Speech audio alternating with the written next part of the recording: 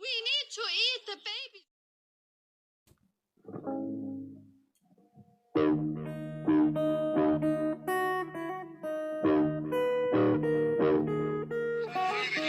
I have no respect for women, for sure. Okay? I think so poorly of them, and the reason why. Hey, welcome back. So I got a cool story. Now, I did a story months ago. I don't know when, but I'll have to look through my videos. There was a story about how they can grow skin in labs, and I've watched the videos and how they put them in these water tubs and they let the cells just kind of build themselves, kind of culture the bacteria. And it's really cool. And now that we have a story where we can, use it. Baby born without skin can be kissed, held by family after first of its kind transplant. This is awesome. Thanks to a first of its kind transplant procedure, a Texas baby born with missing areas of skin can now be held by his family. Oh, that poor kid. Over the summer, Jabari Gray received life-saving treatment at Texas Children's Hospital. He was born weighing just 3 pounds on New Year's Day, and he was missing large areas of skin. Man. From the neck down, from the back and front, nothing. There was no skin. And even parts of his legs, he had no skin, said Jabari's mother, Priscilla Maldonado. Thanks to the transplant, the 10-month-old now has skin covering 100% of its body. Awesome. Allowing his mother to finally kiss her baby boy. Oh, what a relief. Could you imagine? Now you can kiss him, touch him, do all that stuff. He got to wear his first set of clothes now, so he's getting there, Maldonado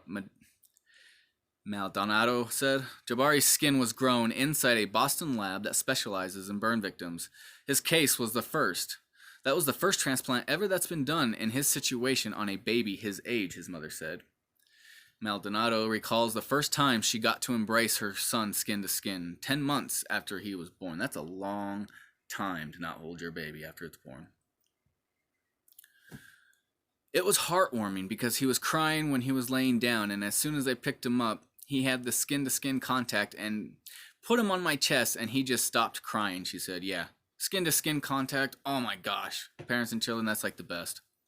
Jabari's siblings are also getting in on the love. His big brother, Jaden, held him for 2 hours Wednesday. Given little chance at birth by doctors, Jabari now weighs nearly 18 pounds. He's off his pain medication and breathing on his own. Dude, that's so awesome. If it wasn't his purpose to be there, he would be gone from birth or even before birth. So he does have a purpose in this world. We never know what it is until the future, Maldonado said.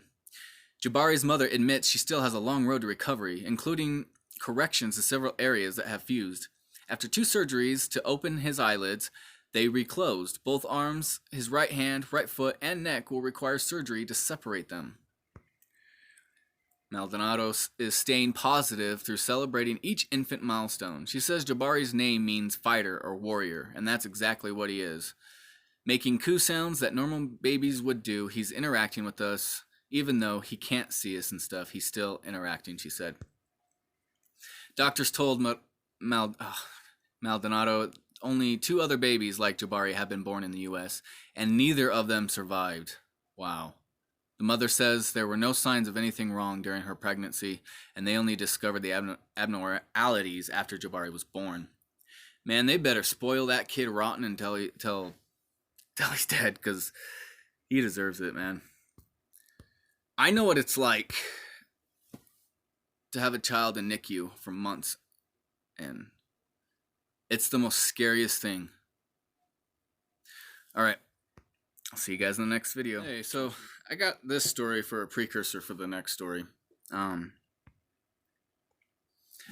San Diego City College labels MAGA as covert white supremacy. How stupid can you get? This is so funny. I find this hilarious because the left I mean, it's almost like they don't care how stupid they look and act. They still come up with crap like this. This is funny. Make America Great Again. Wow, that's racist. San Diego City College hosted an event allegedly examining white supremacy earlier this month, which labeled Make America Great Again as an instance of covert white supremacy. These people teach? At an event examining instances of white supremacy at San Diego College referred to the phrase Make America Great Again as an instance of covert white supremacy that is currently socially acceptable according to the report by Campus Reform. The event, entitled Confronting White Supremacy Through the Arts, included a white supremacy pyramid which separated overt white supremacy from covert white supremacy, suggesting that, for example, the difference between KKK and Make America Great Again is that one is overt racism, which the other is covert. Oh, help us. Along with the KKK instances over overt white supremacy also included lynching, the N-word, swastikas, hate crimes, and neo-Nazis, among others. Instances of covert white supremacy listed just below the examples of overt white supremacy on the pyramid included racist mascots. Let me guess. All the ones that you think that are in, like the indigenous people, you want the Indians. They want to tear down our statues and everything, and this is just another way for them to do it. Bootstrap theory. Assuming that good intentions are enough, but we're just one human family. Color blindness, cultural appropriation, Make America Great Again, self-appointed white ally, celebration of Columbus Day. You know what it sounds like to me? It sounds like they're racist. Growing up, I didn't see race. I didn't start seeing race until Obama got elected and all this, like, Black Lives Matter and stuff. Like, it's so funny how they come up with this narrative and it spreads like wildfire. Come join us in confronting white supremacy through students' performances. Read a promotional flyer for the event, according to Campus Reform. Prior to the performances, guest speakers will set the stage and contextualize what white supremacy is.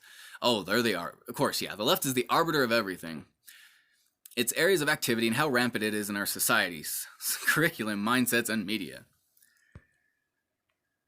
It must be so good in this country to make up problems. The Confronting White Supremacy Through the Arts event was reportedly hosted by co-directors of the World Cultures Program at SDCC, Professors Mitchell Chan and Maria Jose Zeldin Perez. Wonder if she's related to the Tom Perez, or the head of DNC. According to the report, the school has also distributed a vague and peculiar white supremacy wheel, which broke down the origins of white supremacy on a global scale. The wheel, entitled Global System of White Supremacy, delinted economics, education, entertainment, labor, law, politics, religion, sex, and war as an instant of global white supremacy. Are you kidding me? Oh, they're so crazy. While it's not clear what exactly was discussed at the white supremacy seminar, San Diego City College student Damon Rodriguez told Campus Reform that he attended part of the event where he witnessed students putting up a performance that involved rapping, poems, and singing, which included words that were directed towards the current administration and its supporters. I had my MAGA hat on campus and had to hide it in worry of being threatened or targeted with speech or allegations against another student, said Rodriguez. Some of the performance topics included some of the misinformation about people like me, Trump supporters. And you can follow Elena Mastrand, on Twitter, right there at AR, whatever. So this is just stupid. And this is, I think, what happens with this next story. So back. So left-wing rioters attack Trump supporters leaving Minneapolis rally. Left-wing rioters attacked supporters of President Donald Trump leaving a rally in Minneapolis, Minnesota on Thursday evening, assaulting them in groups, setting fire to pro-Trump hats, and attacking the police. Riot police stood by as members of Antifa were seen dragging steel fences away from the Target Center. They were filmed by Elijah Schaefer, thank you Elijah, a correspondent for The Blaze, a conservative news site, who was maced as he filmed. Dang. Trump supporters are literally fleeing the event after it ended as protesters are waiting around attacking attendees as they leave their arena. It is not safe in Minneapolis any longer for Trump supporters. Please stay away from the vicinity and do not come out with branded gear. You know what I'm going to do? I'm going to buy a Trump hat. Yep. That's it. I'm just going to buy a Trump hat. Piss them all off.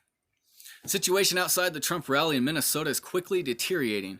Left-wing protesters are destroying barricades.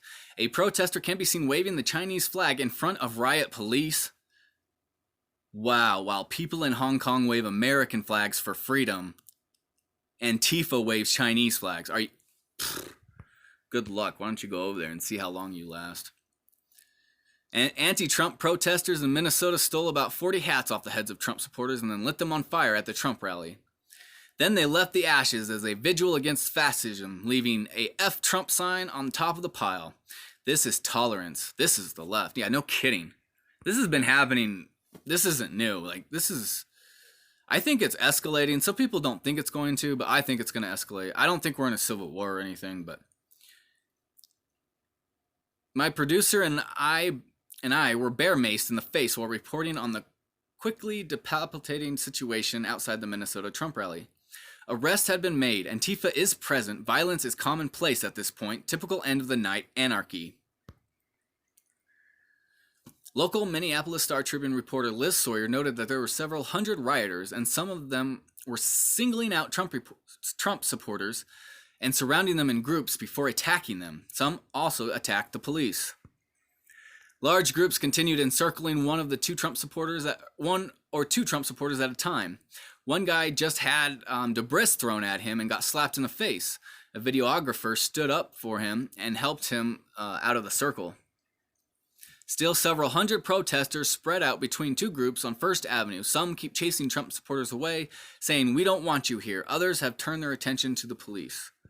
Protesters completely surrounded a group of Trump supporters, at least of whom was wearing a body camera on his chest.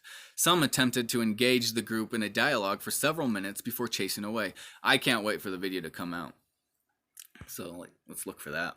The scene was reminiscent of the riot outside the convention center in San Jose in June 2016, when anti-Trump rioters attacked Trump supporters, leaving the venue in full view of the media. And Mayor Sam Liccardo blamed Trump. Well, he's a douchebag. Minneapolis Mayor Jacob Frey proclaimed Thursday as Love Trump's Hate Day. Wow. Could you imagine if you replaced Trump with Obama and we did that during his administration? In the city, in solidarity with protests against Trump, evidently, however, some of those among the protesters felt hate Trump's love. That's stupid. Okay. In one instance, a bystander who was not a Trump supporter reported being attacked by the anti-Trump mob. In this riot of anti-Trump, I was just trying to get through with my brother, and I've never been called a racist so many times, let alone ever. I've never been shoved for just walking through for thinking I was a Trump supporter. I don't have opinions on Trump, but this was whack. The Target Center had attempted to charge the Trump campaign hundreds of thousands of dollars for additional security. The rally itself, with a capacity crowd inside and tens of thousands outside, passed without serious incident, but local police seemed unprepared for the violence by anti-Trump rioters after the event was over. And this story is still developing, and I am definitely going to follow this one. This stuff pisses me off. You know, you don't see conservatives. When Obama was elected, you didn't see conservatives attacking Obama supporters when they came out of rallies. Yeah, the Republicans got out of hand trying to impeach him and trying to say that he's a traitor and all this, same thing that the left's doing with Trump, but you didn't see the Tea Party attack people. I don't know.